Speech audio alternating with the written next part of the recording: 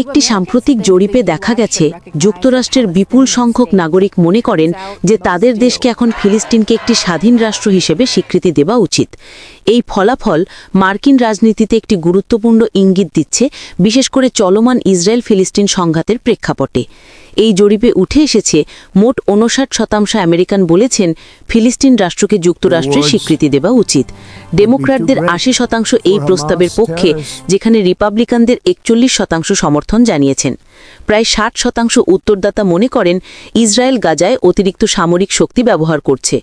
এই জরিপ ইঙ্গিত দিচ্ছে যুক্তরাষ্ট্রের সাধারণ নাগরিকদের মতামত এখন সরকারের নীতির সঙ্গে পুরোপুরি সামঞ্জস্যপূর্ণ নয়।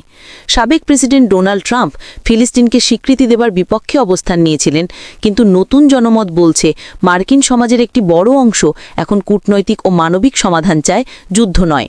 বিশ্লেষকরা মনে করছেন এই প্রবণতা বিশ্ব রাজনীতিতে নতুন ভারসাম্য তৈরি করতে পারে। যদি যুক্তরাষ্ট্রের জনগণের চাপ নীতি নির্ধারণে প্রভাব ফেলে, তাহলে ভবিষ্যতে ফিলিস্তিন ইসরায়েল ইস্যুতে ওয়াশিংটনের অবস্থান নরম হবার সম্ভাবনা রয়েছে। আমাদের দেশের অধিকাংশ টিভি চ্যানেলগুলোই দেখা যায় যে সঠিক তথ্যটি আড়াল করে মানুষের কাছে ভুল তথ্যটি উপস্থাপন করে।